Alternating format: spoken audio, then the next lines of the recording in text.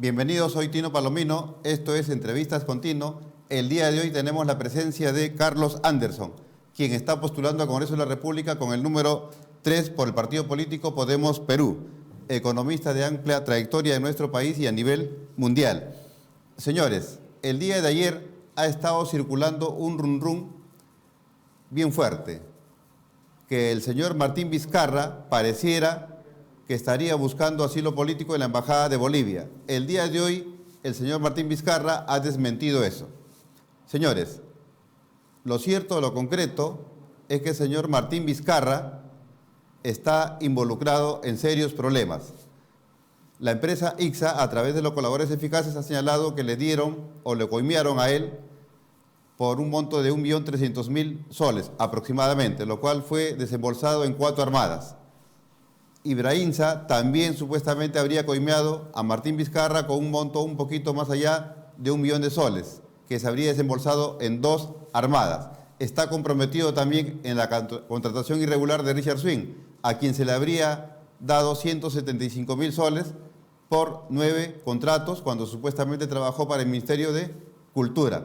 Asimismo, también está comprometido en el escándalo del Vacunagate. Es decir, Martín Vizcarra es una persona que no puede abandonar este país y tiene que hacer frente a la justicia peruana. Y siempre le ha dicho eso: yo no me corro de la justicia y me voy a quedar acá. Esperemos, señor Martín Vizcarra, que esto solamente quede en un run y no sea algo cierto. Señor Carlos Anderson, bienvenido al programa. ¿Qué tal? Señor Carlos Anderson, antes de empezar con la entrevista, una pequeña semblanza de su actividad profesional, su actividad política, cómo está usted solventando su campaña y si tiene algún tipo de antecedente policial, penal o judicial. Verdad, olvidaba que en este país hay que tener antecedentes penales, judiciales para poder tener éxito en la política. No, desafortunadamente, entre comillas, no tengo ningún tipo de antecedente, ni policial, ni judicial, ni nada por el estilo. A ver, yo soy Carlos Anderson, soy un economista, de profesión. Estudié aquí en el Perú, primero en la Universidad del Pacífico. Luego terminé esos estudios en la Universidad de Londres porque gané un concurso internacional para ser el comentarista económico de la BBC. Me llevaron ellos a Londres y ahí terminé mis estudios también, mientras trabajaba. Y luego hice una maestría en la propia Universidad de Londres, en el Berwick College, y pasé a trabajar a un grupo que se llama The Economist, que es un grupo mundial muy, muy reconocido. Trabajaba para el The Economist y hacía un doctorado en la London School of Economics, que también es una escuela de economía súper internacional.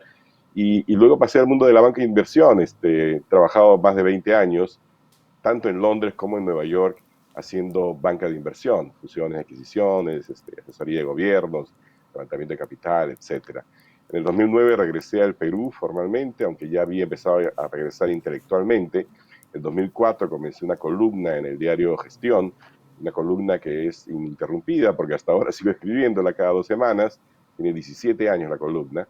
He sido aquí, bueno, soy catedrático, he enseñado en la Universidad de Lima, en la Universidad del Pacífico, en la Universidad de San Marcos, San Ignacio de Loyola, diferentes tipos de cursos. Actualmente enseño en el posgrado de Finanzas de la UPC.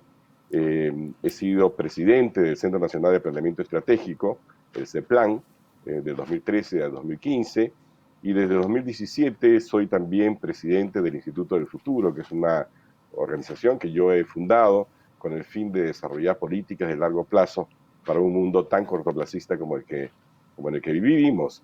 Ahora, ¿cómo financio mi campaña? Como financio todas mis cosas, con mis propios ingresos. Ya. Evidentemente mi campaña pues no es multimillonaria, pero hago lo mucho que puedo hacer con lo poco que tengo. Carlos, al final del primer gobierno de Alan García Pérez, tuvimos recesión, hiperinflación, había emisión inorgánica, fuimos declarados país inelegible, estábamos mal. Era una crisis económica compleja, profunda. ¿Esta crisis económica que tenemos ahora es comparable a ella? No, son dos cosas distintas, aunque tengan el mismo efecto. Efectivamente, la crisis de finales de los 80 fue una crisis de mal manejo, pero pésimo manejo económico. Fue realmente una locura porque se hizo todo al revés, ¿no? Por suerte hoy en día no tenemos un banco central dependiente del gobierno, del Ministerio de Economía y Finanzas, sino un banco central independiente que vela por la estabilidad de los precios. Lo que hemos tenido nosotros hoy, en estos momentos, desde hace un año en realidad, es una cosa que no ha pasado nunca en la historia. O sea, nosotros hemos tenido muchos eventos de recesión, pero esta es la primera vez que somos parte de una recesión mundial total y absolutamente coordinada, simultánea, masiva. En el caso nuestro se ha profundizado y se ha hecho peor por mala gestión, por un mal diagnóstico de cuál era el fenómeno que estábamos enfrentando, el no entender que el coronavirus, ¿no?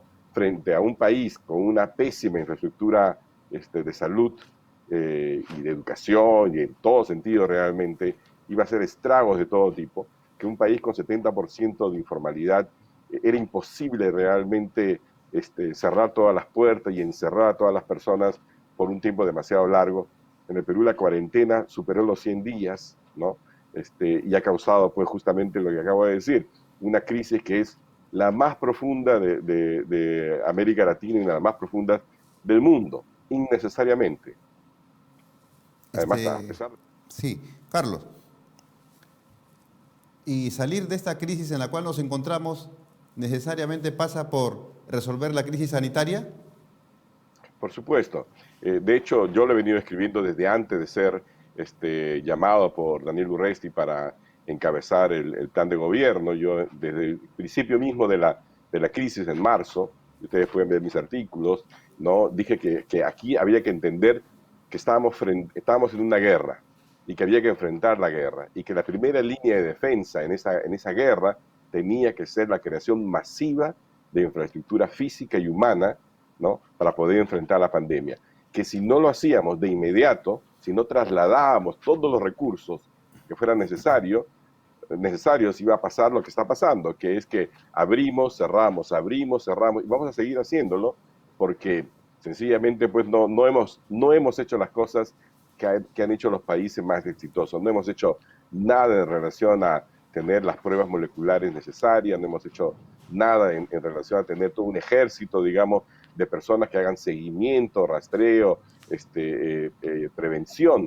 O sea, nos hemos simplemente abandonado a decir, bueno, esperemos que alguien llegue a UCI, no tenemos suficiente camas UCI, ampliemos un poquitito, nuevamente más gente, no hay oxígeno, o sea, una cosa realmente ridícula, de locos, y no hemos tenido sinceramente gobiernos que hayan tomado pues decisiones con firmeza y que hayan entendido la magnitud de la crisis. Y para colmo de males todavía hay todo tipo de corrupción. Usted ha hablado del señor Vizcarra que pasará, pues, espero, ¿no? A las páginas más infames de nuestra historia, porque haber traficado con el tema de las vacunas, haber gestionado todo esto con total y absoluta opacidad, sencillamente ha hecho que miles de personas mueran innecesariamente en nuestro país. Pero pienso que también, aparte de Vizcarra, tienen responsabilidad su equipo, ¿no? Sus ministros que participaron con él y también no Sí, tuvieron por capacidad de supuesto. gestión. Uh-huh. Por supuesto que vamos a tener en algún momento que hacer las cuentas y yo espero que todas aquellas personas responsables del mal manejo por acción o por inacción paguen las consecuencias de sus actos. Carlos, ¿y tan inectos son las personas que trabajan en el Estado? Porque los problemas que nos dejó Vizcarra, falta de camas UCI, pruebas moleculares, oxígeno, no se hacían cercos epidemiológicos, se dejó de lado la prueba molecular por la prueba rápida que da falsos resultados y sin embargo esos problemas también ahora se vienen dando. O sea, ¿tan mal estamos en gestión pública? Estamos muy mal en gestión pública porque, para comenzar, la gestión pública en un país que tiene un Estado jerárquico siempre mira hacia arriba, ¿no? Los funcionarios están mirando, esperando qué hace el ministro. Y bueno, si el ministro no actúa, si el ministro hace las cosas equivocadas, evidentemente el resto también lo hace. Mira, si te pones a mirar cuántos ministros hemos tenido en los últimos 20 meses, te mueres, ¿no? O sea, de la pena.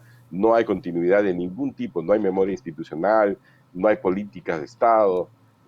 Realmente tenemos que casi hacer un trabajo de reingeniería masiva en el Estado, que es justamente lo que está proponiendo Podemos Perú, ¿no? Carlos, lo que se ha aprendido Con Alan García le dieron duro a la maquinita. De ahí se aprendió que para tener estabilidad económica no hay que usar de la maquinita. Sin embargo, hay una candidata a la presidencia de la República, la señora Verónica Mendoza, que ha dado a entender que de llegar a ser presidente y de necesitar dinero, ¿no?, para reactivar nuestra economía, le daría duro a la maquinita. ¿Qué te parece esa propuesta? ¿Qué te puedo decir? Mira, felizmente que hoy en día, como tú lo acabas de decir, ya esto no es pues materia, no hay que tener un doctorado en economía para entender que eso es una tontería. No, no se puede crear riqueza ni cambiando una constitución, simplemente decretar, ok, ahora todos somos felices, ok, mañana mismo todo es igualitario, todo, así no funciona el mundo. Ni dictando una constitución, ni siquiera anticorrupción como la que dice el señor Forsyth, ¿no? Una constitución anticorrupción, voy a tener adiós corrupción. No es así, ¿no? Y tampoco, pues, por supuesto, como lo acabas de señalar muy bien, decir, bueno, necesitamos dinero, imprimamos dinero, ¿no? Bueno, si así fuera tan fácil, bueno, qué lindo, ¿no? Pongámonos todos a fabricar dinero. La riqueza, ¿no? No se produce de esa manera. Ya Sí, lo pero sabemos. lamentablemente parte Termina del en la... electorado no entiende, no comprende esta situación y piensan que eso, la emisión inorgánica, resolvería los problemas. Carlos, hay un candidato a la presidencia de la República, el señor Rafael López Aliaga, que dice que el yacimiento de litio que está en Puno nos podría sacar de la pobreza.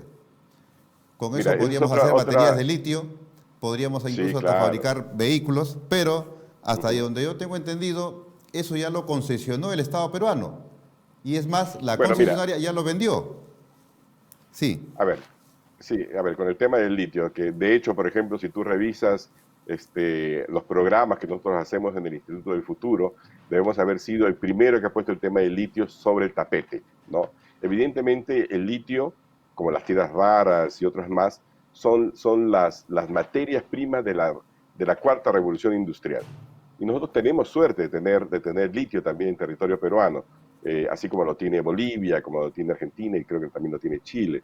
Pocas partes del mundo donde hay.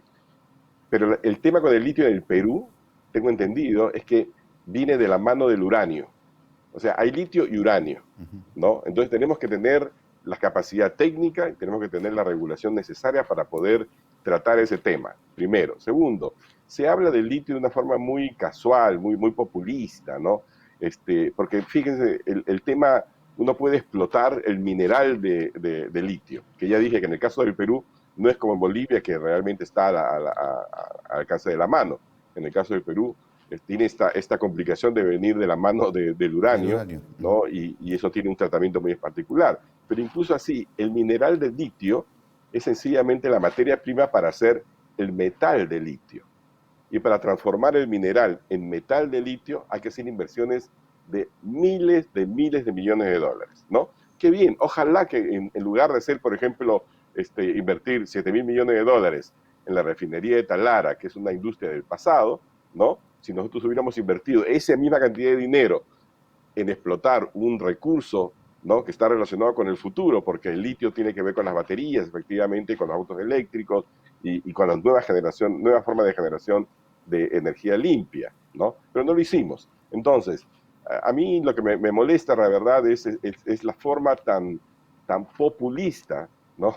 Como se plantea el señor Rafael López Aliaga estas propuestas al aire, como si fuera, pues, no sé qué cosa, ¿no? Porque él recién está armando su equipo y su plan de gobierno. Si usted mira su plan de gobierno, tiene creo que 36 páginas o 33, y sinceramente es casi como unas columnas de Excel, donde ahí no hay análisis, las propuestas son todas gaseosas y no tienen nada que ver con lo que viene diciendo en las calles. O sea, contrasten Sí. lo que está diciendo en las calles con lo que tiene ahí y va a ver que no hay nada. Carlos, ¿crees tú que se apresuró el gobierno en licitar, en concesionar ese yacimiento que es inmenso a una empresa concesionaria chiquita, pequeña, que no tenía esa capacidad, porque tú dices que se necesitan miles de millones de dólares para poder Sí, sí, trabajarlo? pero lo que pasa es que tú me estás hablando de una junior. Ujú. Ya, las compañías junior lo que hacen justamente entran a hacer aquello que es súper riesgoso, ya que es la exploración. Porque cuando tú exploras, ¿no? Tienes muchas, ninguna posibilidad digamos, de tener éxito. O sea, realmente es de altísimo riesgo. Las junior son sinónimo de inversión de alto riesgo. Y normalmente el juego económico de las junior es, ok, la chunté, encontré, y ahora eso yo se lo vendo a alguien que sí tenga la capacidad de hacerlo, ¿no? Ahora, si hay un poco de litio, seguramente hay mucho más litio. Es una cuestión de impulsar mayor exploración, pero sobre todo hay que trabajar pues, el tema legal, los temas técnicos, ¿no? Para poder lograr la explotación y para atraer inversión de calidad. O sea, nosotros no podemos hacer lo que ha hecho Bolivia, pues que carambas así, en el gobierno de el expresidente, que ya ni me acuerdo cómo se llama, ¿cómo se llama el expresidente que lo sacaron? Evo Que estuvo Morales de tanto Bolivia. tiempo. Evo Morales, Evo Morales, ¿no? Que también igual dijo, no, nosotros vamos a hacer nuestra propia, vamos a explotar el litio, ¿no? Y vamos a invertir 5 millones de dólares. 5 millones de dólares no es nada, pues. No pueden hacer absolutamente nada, ahí está el litio. Más bien es una irresponsabilidad tener un recurso tan a la mano, tan fácil, y no haber convocado pues, a las mejores empresas del mundo Sí. a que inviertan 2.000, 3.000, 5.000 millones de dólares en hacer las fábricas, digamos, de transformación del mineral al metal de litio, ¿no? Carlos, ya quedó claro que esta crisis que tenemos actualmente, económica, es totalmente diferente a la crisis de fines de los 80. Desde Podemos Perú, en su plan de gobierno, ¿cuáles son los ejes para poder resolver la crisis económica de nuestro país? Bueno, mira, el primero es, evidentemente, lo dije al principio, ¿no? El tema de la salud. Para nosotros, el invertir todo lo que sea absolutamente necesario, primero, para asegurar la provisión de vacunas, ¿no? Y segundo, para asegurar que tenemos el oxígeno de inmediato. De hecho, nosotros debemos ser el único plan de gobierno que tiene una sección que se llama oxígeno, ¿no? Oxígeno realmente para todo un programa, que básicamente consiste en declarar esencial, como elemento esencial al oxígeno, de manera que todo hospital, toda clínica tenga que tener su propia planta de oxígeno. De esa forma rompemos el monopolio del oxígeno. Así como hoy en día se les obliga a tener su propia planta de agua, su propia planta energética, ¿no? Deben tener toda su propia planta de oxígeno, y el oxígeno debe ir pues, por cables directamente a las camas, como en cualquier país del mundo, ¿no? Y con eso rompemos el monopolio que hoy en día existe. Claro, de los Nosotros, norteamericanos y los alemanes. sí, pero ahora déjame entonces Sí, sí, ensayar, digamos, nuestra respuesta, ¿no? ya. Entonces, primero, atender la salud. Segundo, atender el tema del empleo, porque lo que sucede es lo siguiente, la economía, dije al principio, está atascada, ¿no? El consumo y la producción no están entrelazados. Y no están entrelazados porque las familias no tienen con qué consumir y las empresas no tienen con qué producir, o sencillamente dicen, bueno, ¿para qué voy a producir? ¿Para qué voy a invertir si no va a haber consumo? Ahí está desarticulado.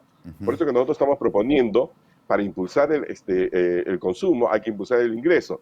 Y el ingreso hay que impulsarlo con empleo, no con bonos temporales, porque eso también es engañarnos a nosotros mismos, ¿no? Entonces, nosotros estamos proponiendo un programa masivo de empleo productivo temporal con dinero público, ¿no? Evidentemente a través de unidades ejecutorias, programas que se pueden hacer con APPs, etcétera, ¿no? Y ahí podemos impulsar la creación de entre 500.000 y 1 millón de empleos. Pero por otro lado, nosotros queremos reactivar el sector clave de la economía nacional, que es el sector PYME, pero sobre todo el sector PYME informal. O sea, el sector PYME informal es responsable de casi el 75% de los empleos en el Perú, lo querramos o no, esa es la realidad. Y a ellos no les ha llegado ni Reactiva 1, ni Reactiva 2, ni les podrá llegar jamás, porque al sector bancario no le interesa, ¿no? Porque no lo entiende. Entonces, para eso nosotros estamos propulsando la creación de un fondo soberano de 1.000 millones de dólares que sirva para capitalizar a las empresas microfinancieras, de manera que ellas, con una mejor base de capital, puedan a su vez trasladar recursos al sector informal de nuestra economía. Es decir, prestarle, como lo han venido haciendo, ¿no? A la dueña de una peluquería, al dueño de una sastrería, etcétera, ¿no? ¿Y dónde saldrían esos 1.000 millones de dólares? ¿De la Tiene banca privada, del cuentas. Estado? No, no, ese es el Estado. El Estado tiene hoy en día más o menos 75.000 millones de depósitos en todo el sistema financiero. No todos esos depósitos son de libre disponibilidad, parte de esos son de libre disponibilidad.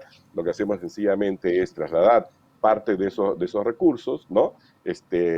A dólares o a soles, sencillamente una cuenta, y lo podemos hacer ya sea en COFIDE. COFIDE podría ser un buen mecanismo para esto, o formamos realmente un fondo soberano tal cual. Ya existen fondos soberanos en el Perú, a propósito. El que, por ejemplo, sustenta hoy en día los pagos, digamos, deficitarios del sistema de la ONP es un fondo soberano, un fondo que se formó originalmente con los recursos de las privatizaciones. Los fondos soberanos es un instrumento que se utiliza muchísimo en diferentes partes del mundo para poder direccionar la inversión en un sentido específico. En este Ya. caso lo que queremos es hacerlo para el sector microfinanciero. Y tú dices que apoyarían también a las pymes que son informales, porque en Reactiva Perú a las pymes informales no se les apoyó porque no tenían historial crediticio, pero ustedes sí lo harían. Claro, pero te estoy diciendo que lo estaríamos haciendo no directamente, sino a través de capitalizar las instituciones microfinancieras. Las instituciones microfinancieras son las que mejor entienden el sector semiformal e informal del país. ¿Okay? Entonces, nosotros les damos recursos a ellos de capital para que ellos a través del acto de la creación, digamos, de crédito bancario, ¿no? O de crédito financiero puedan hacerles llegar estos recursos en términos competitivos, ¿no? Etcétera. Este, Carlos, como ya lo hemos señalado, la corrupción se está dando incluso en medio de la pandemia en la cual estamos viviendo. Ya la población está harta. Hemos tenido N procesos electorales, N veces los candidatos a la presidencia han prometido acabar con la corrupción, ellos se han ido y la corrupción sigue. Uh-huh. Desde Podemos Perú, ¿cómo ustedes están planteando la cosa para erradicar la corrupción? Pienso que en 5 años no se va a acabar, pero al menos poner los ejes, ¿no? Bueno, mira, en realidad, fíjate, no es tan difícil acabar por lo menos con un tipo de corrupción, que es la corrupción relacionada con obras públicas y compras públicas. ¿Okay? Nosotros definitivamente entendemos que esa es la fuente que, por ejemplo, explica que cada año en el Perú desaparezcan, como por arte de magia, 7.000 millones de dólares en obra pública y compras públicas. Entonces, para eso, por ejemplo, estamos proponiendo la creación de un Ministerio de Fomento y Obras Públicas que centralice la gran obra pública, que haga que, por ejemplo, los ministerios de salud, de educación,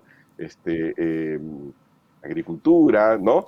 Telecomunicaciones, sean ministerios que hagan política sectorial, pero que el Ministerio de Educación no se ponga a hacer escuelas, que el Ministerio de Vivienda no haga casas, que el Ministerio de Transporte y Comunicaciones no se ponga a licitar y hacer de seguimiento a autopistas. No, todas esas cosas las va a hacer el Ministerio de Fomento y Obras Públicas de la mano de la Contraloría General de la República y mediante también la utilización de mecanismos hoy en día muy modernos de información que permiten hacer el rastreo de cada operación de manera que la corrupción en obra pública sea mínima o no existente. Segundo, Y a las través personas que también, trabajarían en este Ministerio de Fomento y Obras Públicas serían contratadas también bajo el régimen cash. ¿Habrían personas de confianza? a ver, el régimen CAS es un régimen perverso, ¿no? Que tiene que desaparecer, ¿ok? Desde el Congreso se da una ley, hay que ver cómo se hace para, digamos, hacerla efectiva en el más corto plazo posible, ¿verdad? Pero el sistema CAS no atrae a los mejores y lo que nosotros necesitamos es atraer a los mejores, ¿ok? Así que, por el contrario, vamos a hacer concursos públicos para que sea la meritocracia realmente la que prime, ¿no? Sí, esta propuesta me parece interesante y ya también la había escuchado, ¿no? Hay que crear una institución que es la que se dedique a licitar las obras. Ya la municipalidad o los gobiernos locales no lo harían, los gobiernos regionales tampoco, el gobierno central tampoco, y solamente sería una institución que se dedique exclusivamente a esto y hay personas sumamente calificadas, honestas, ¿no? Y cualquier señal de corrupción se le quita sus bienes.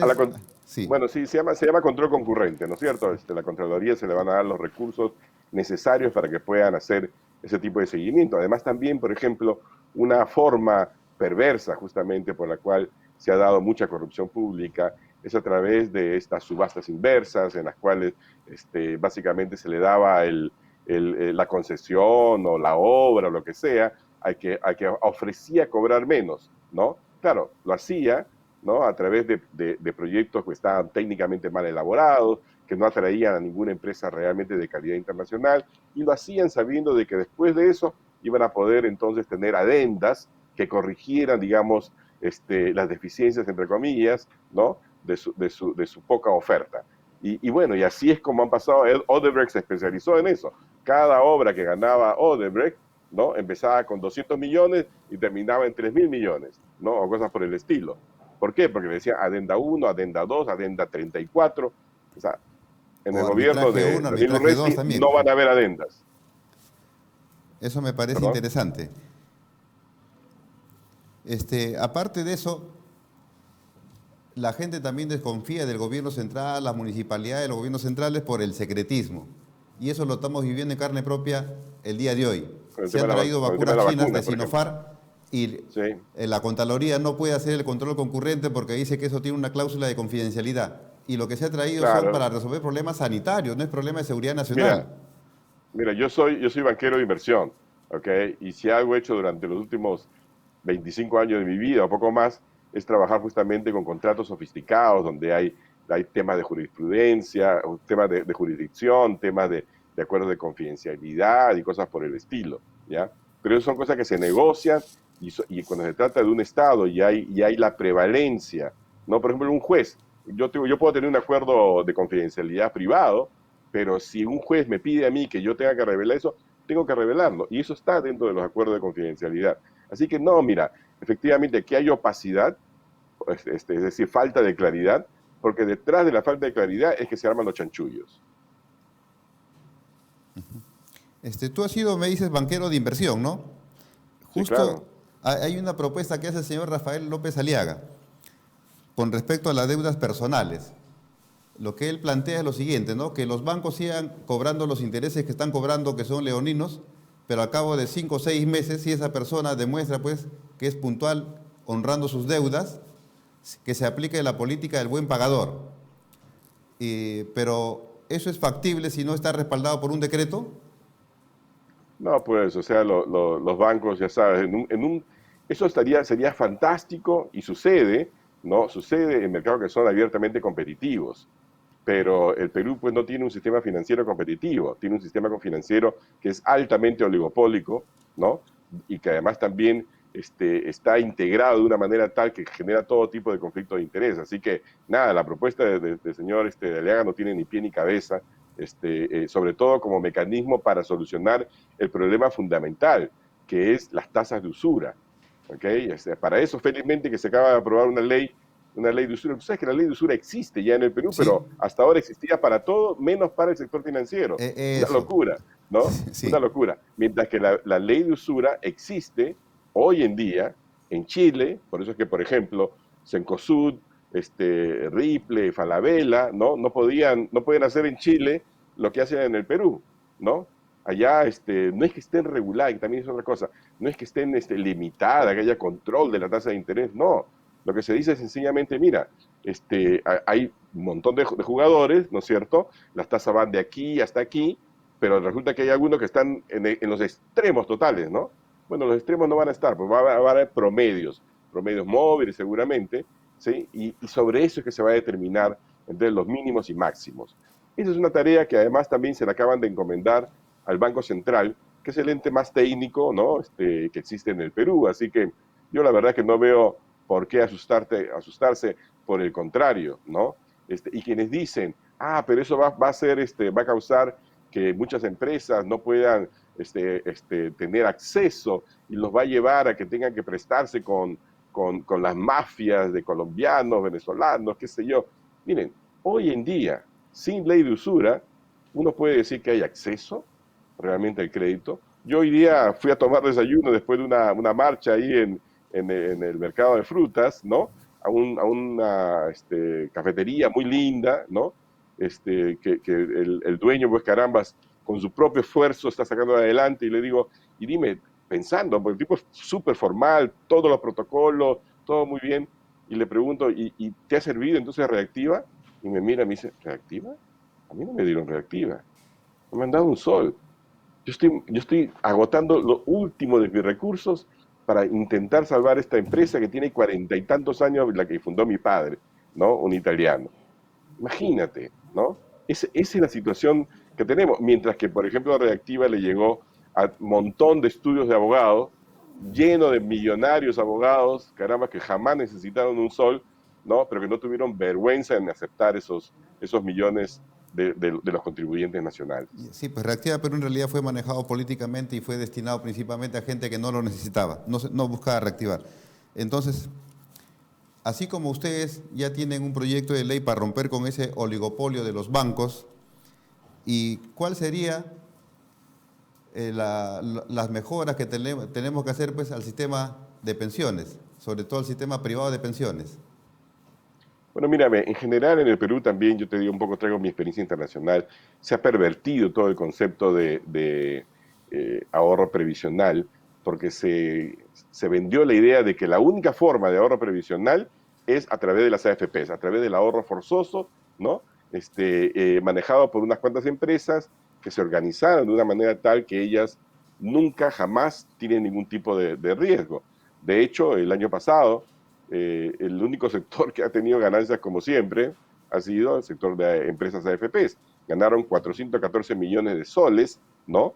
Que es casi un tercio del total de flujos, fíjense, de contribuciones que hubo el año pasado, ¿no? Estoy hablando de utilidad neta, 414 millones de soles sin ningún problema. No, mira, el ahorro previsional en el resto del mundo, para comenzar, es voluntario. Segundo, tiene una serie de incentivos positivos que hace que la gente diga yo quiero ahorrar. Tercero, es altamente competitivo. Las compañías de seguros, las compañías de fintech, las compañías de todo tipo entran a tallar en esto, no como aquí. Entonces lo que nosotros necesitamos es abrir el mercado, hacerlo un poco más, no solamente mucho más competitivo, sino también más tecnológico, de manera que los costos sean mínimos, ¿ok? Necesitamos total y absoluta transparencia, de manera que una persona pues, pueda calcular, saber más o menos, ok, si yo estoy ahorrando tanto, ¿cuánto es que voy a tener cuando yo tenga 65 años? Eso es algo que se da hace años, décadas, ¿no? En los Estados Unidos, se llama la calculadora, ¿no? Una calculadora de pensión existe en todos los mercados sofisticados del mundo y nosotros no tenemos por qué no serlo, ¿no? Además de todo eso, nosotros en particular también estamos apuntando a algo adicional a estos cambios, que es lo siguiente. Estamos proponiendo que haya lo que le llamamos el RUC universal, es decir, que las personas tengan no solamente identidad legal, sino también identidad económica. Con ese RUC universal, de la mano de la cuenta de detracción de DNI del Banco de la Nación, que ahora todos tenemos, todos, ¿no? Nosotros podemos entonces generar lo que se llama el IGB para todos. Es decir, una empresa formal hoy en día paga IGB 18%, pero puede utilizar como escudo fiscal un tercio de eso, ¿no? Bueno, nosotros vamos a darle ese beneficio a todos los ciudadanos. ¿Qué significa eso? Significa que entonces que de ese beneficio nosotros estamos diciendo que la mitad puede ir, por ejemplo, como una especie de billetera fiscal para que la gente pueda pagar multas, para que pueda pagar impuestos prediales, etc. Y la otra mitad va a ir directamente a su cuenta individual de ahorro previsional. De manera que desde los 18 años, por las compras que vas generando donde pagas IGB, ¿sí? Estás también ahorrando para tu retiro. Carlos, de llegar a ser gobierno, Podemos Perú, en los primeros 100 días, ¿cuáles serían las acciones a realizar para resolver la crisis sanitaria y la crisis económica que están ligadas? Lo que vamos a hacer es, de inmediato, dictar esta ley para romper el monopolio del oxígeno, ¿sí?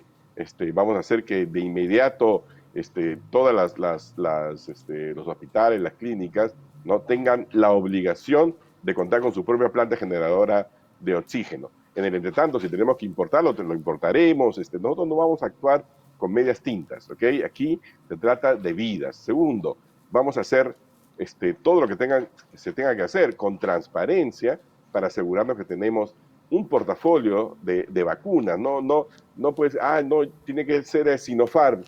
¿Por qué? ¿Por qué? ¿Por qué no la china, la cubana, la peruana cuando haya, etcétera? No, tenemos que actuar de esa forma, o sea, realmente poniendo las vidas de los peruanos al frente. Tercero, vamos a iniciar de inmediato también una serie de medidas, como lo acabo de decir, para impulsar el empleo. ¿Okay? Tenemos un montón de programas dirigidos sobre todo a jóvenes, ¿no?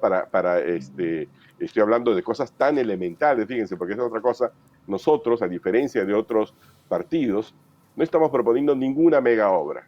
No somos como el señor López Aliaga que dice, vamos a construir un tren bala de Tumbes a Tacna, ¿no? Que más o menos costaría 30.000 millones de dólares, y todavía dice, vamos a hacerlo de gobierno a gobierno. Eso significaría que habría que pagarle al gobierno que supervise la obra 500 millones de dólares. Yo prefiero gastar esos 500 millones de dólares pues en vacunas, en postas médicas, etcétera. Pero bueno, independientemente de lo que diga ese señor, nosotros vamos a impulsar entonces agua y desagüe para todos, porque eso tiene que ver incluso con la salud, porque cómo nos protegemos de los virus, etcétera. Bueno, mínimo jabón, agua y jabón, pero uno va a Villa María del Triunfo, uno va a San Juan del Lurigancho, a Las Lomas, etcétera, y encuentra pues que no hay agua, no hay cosas básicas para la vida con dignidad de las familias. Nos hemos dedicado a despilfarrar el dinero en obras faraónicas, ¿no? Cuando las cosas más importantes, como son agua y desagüe, electricidad y hoy en día Internet, porque el Internet se ha convertido en un nuevo derecho ciudadano, porque sin Internet vamos a ahondar las diferencias entre los que tienen un futuro y los que no lo tienen, sobre todo cuando hablo de los chicos, ¿no? Carlos, Entonces, ya terminando sí, la entrevista, dirígete al electorado. ¿Por qué razón deben votar por tu persona para el Congreso de la República y por Urresti para la presidencia del Perú? ok. Bueno, eh, yo les pediría el voto, antes que nada, para Daniel Urresti como presidente de la República, porque entiendo que el tiempo que estamos viviendo no es un tiempo cualquiera, realmente este es un momento histórico, no solamente porque vamos a, entre comillas, celebrar los 200 años de historia republicana, sino porque esa celebración nos encuentra en el momento más difícil de nuestra historia. Momento que requiere decisión, requiere claridad, requiere disciplina, requiere verdad y requiere profundo amor a su país. Cosas que ha demostrado sin ninguna duda Daniel Urresti a través de toda su vida y toda su carrera. No nos olvidemos que eres una persona de un origen muy humilde, de la sierra de Piura, de Huancabamba, ¿no? Que ha vivido en un asentamiento humano, en San Martín de Porras, que ha trabajado desde muy joven y que sabe lo que significa luchar contra el infortunio y la adversidad para poder erigirse y surgir, digamos, como profesional, y ha tenido pues la fortuna además también de enfrentar tareas muy grandes y hacerlas siempre, siempre con gran liderazgo, gran transparencia y gran honestidad, porque a él lo han acusado de todo, pero de corrupto absolutamente nadie. Así que nuestro país requiere liderazgo firme, asertivo, inmediato y que además tenga ese liderazgo bien acompañado de un equipo de gobierno. Nosotros en Podemos Perú durante los últimos 6 años hemos formado un fuerte equipo de gobierno, no gente que se conoce así en el último momento, no, gente que ha trabajado junto con una misma visión para poder sacar al país del hoyo y sobre todo para poder ponerlo en una ruta de desarrollo de mediano y largo plazo. Les pido también que voten por mí, por esta P y este número 3, porque desde el Congreso va a ser necesario que hayan voces sensatas, voces que conozcan de temas económicos en general, pero sobre todo voces honestas y voces que tengan también un profundo amor al Perú. Yo salí del Perú el año 87, tenía 26, iba a cumplir 27 años, salí, como digo yo, sin que me echaran, gané un concurso internacional, regresé 22 años después porque quise, porque he venido a darle todo lo que he podido. Los últimos 10 años, 12 años, he estado haciendo exactamente eso, recorriendo el país, dando conferencias por todas partes, gratis, nunca he puesto ningún interés económico por delante, ¿no? Y he demostrado mi profunda vocación de servicio al país. Yo quiero servir al país, creo que el Congreso de la República es un excelente lugar para que yo ponga mi experiencia, mis conocimientos al servicio de la nación. Muchas Carlos, gracias. muchas gracias por tu participación, ha sido muy ilustrativa. Señores, hemos tenido la presencia de Carlos Anderson, jefe del equipo del señor Daniel Urresti, quien está postulando al Congreso de la República por Podemos Perú con el número 3. Nos ha dado propuestas claras y objetivas respecto a cómo resolver la crisis sanitaria, la crisis económica, qué hacer en los primeros 100 días de gobierno. Señores, eso ha sido todo por hoy. Compartan este video, hagan llegar las sugerencias. Muchas gracias.